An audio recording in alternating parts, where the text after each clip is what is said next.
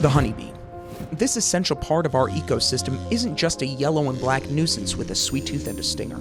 Bees pollinate 1 out of every 3 bites of food we eat and are responsible for $15 billion in the US economy every year. But since 2006, global bee populations have dwindled.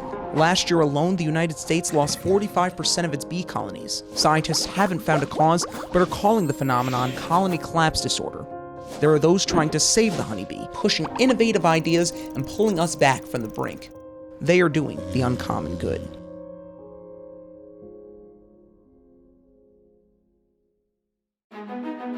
There's an old saying in beekeeping that you don't choose to be a beekeeper, but that the bees choose you. I was out in the garden and I noticed thousands and thousands of bees. Got all excited, told Chelsea what was going on. And I shut the door. I hadn't really seen honeybees as a swarm, and it was only then that I realized that when they're like that, they're at their most docile. They're just trying to find a new home. I wanted to help other people understand that bees have this other side to them and really do need our help.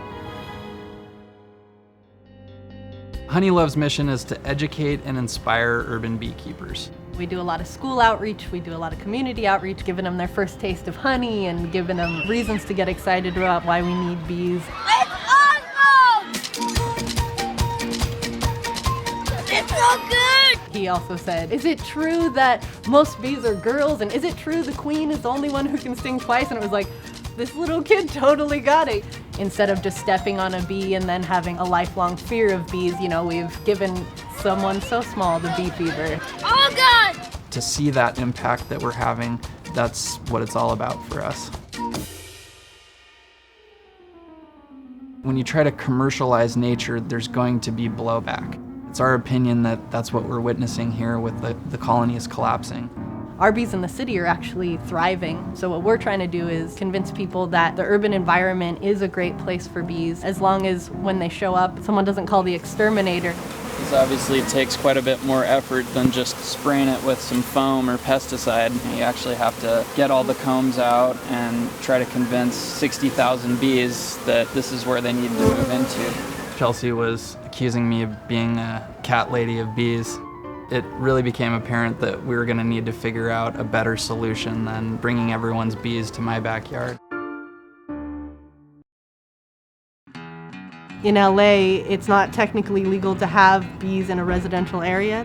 Where it is legal is in agricultural zones or in manufacturing zones. The more we tried to find people to kind of lead us in this venture of legalizing beekeeping, the more people just kept kind of looking at us. I ended up meeting someone who had a farm, so the very next day we went up and it was perfect.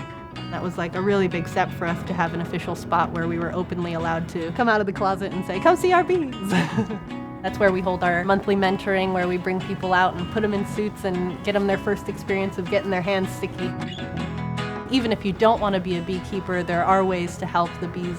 Planting things that bloom here in our gardens and not use pesticides and put out a water source for the bees. That's what we really need if we want honeybees to sustain on this planet. We want to just kind of spread that message and help give people the bee fever.